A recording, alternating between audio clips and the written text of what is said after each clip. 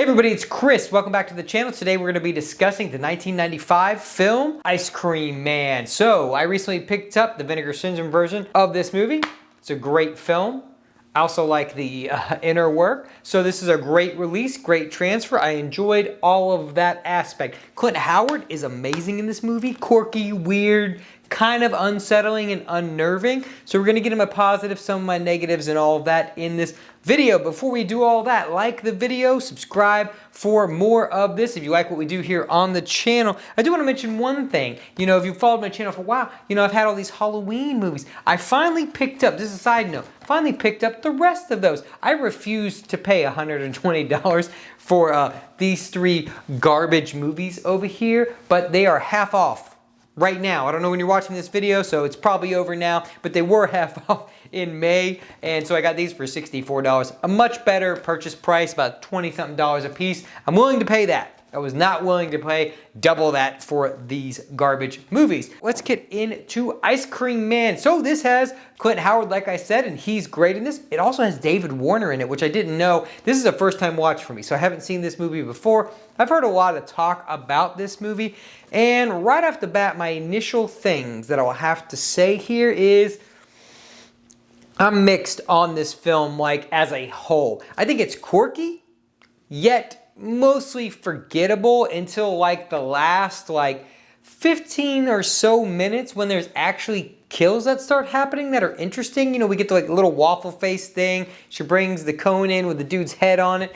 Very interesting, and I really like a lot of that. But for most of the movie, it's very meandering and kind of boring. You know, we just discussed this in Lords of Salem, so you can check out that review if you haven't, where I was just kind of like, the middle of the movie is just kind of boring. There's not enough plot to like pull you through. And I get this movie was made in 1985 for like $2 million, so very low budget horror movie.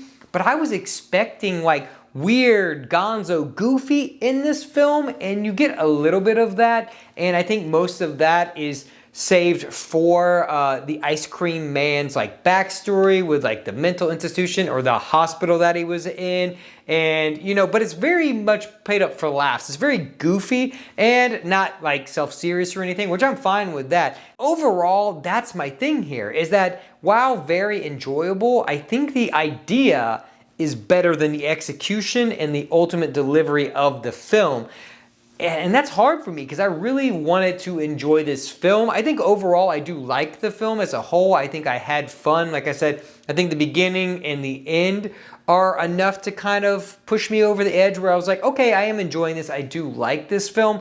But man, the middle where it's just kind of like these kids trying to figure out this, and then there's cops trying to figure out who did it. And it's like, well, you guys are wrong because you're kids and there's no evidence. And it's just like, it's very weird. The other thing I noticed is there's like the brother of this kid named Racer, and you're just like, they make fun of this kid named Tuna, and you're like, your brother's name is fucking Racer. Like, Racer. Jesus, man. Like, you can't make fun of somebody whose name is Tuna when your parents decided to name your brother Racer.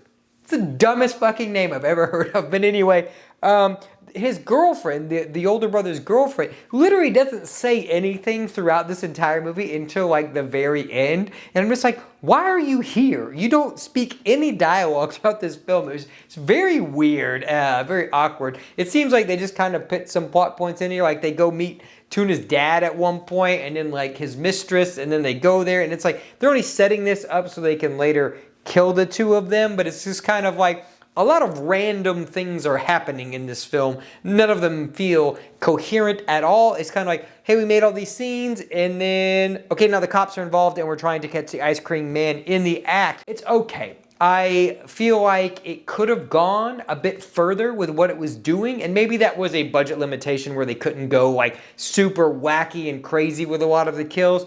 But they do a lot of interesting things, and I wish there was just more of that spread throughout the film, as opposed to like truncated and kind of held for the finale of the film.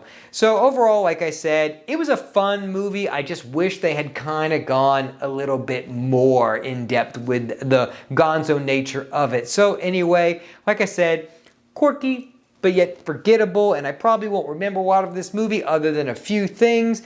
But Clint Howard is awesome in this movie. So we can talk a little bit about him for a minute. I do like his portrayal. It's very weird. It's kind of unnerving. You can see like all the screws are not tightened in this man's head. The nurse that took care of him is now like his landlord and like overseer, and so she's getting paid in ice cream, and so there's just a lot of weird relationships going on in this film, especially that like, hey, I used to be your caretaker, clearly that place is shut down, and basically all of the inmates or patients are running that place. The cops go there at one point, you kind of see that, and so she's kind of taking a liking to his character, the ice cream man, and so she's kind of letting him do whatever he wants and knows that something is going on, but she's also a little cuckoo Cocoa Puffs herself, so she's not going to do anything about it. All right, so that's all I've got. Let me know down below, what did you think of the Ice Cream Man? Have you seen it? All right, that's all I've got. Thanks for stopping by and watching the review for Ice Cream Man. We've got a lot coming, a lot of different things. So again, I'm gonna link some videos for you at the end. Subscribe to become part of the collective. And again, I thank all of you for watching this review. You guys all mean the world to me. Get down in that comment section. Let me know what you liked about this movie and anything that you would like me to review from here on out. I'm taking suggestions. Jose got the last one. Take any suggestions and I'll dive into those later in the month. All right, that's all I've got. Thanks for stopping by, and I'll talk to you guys later.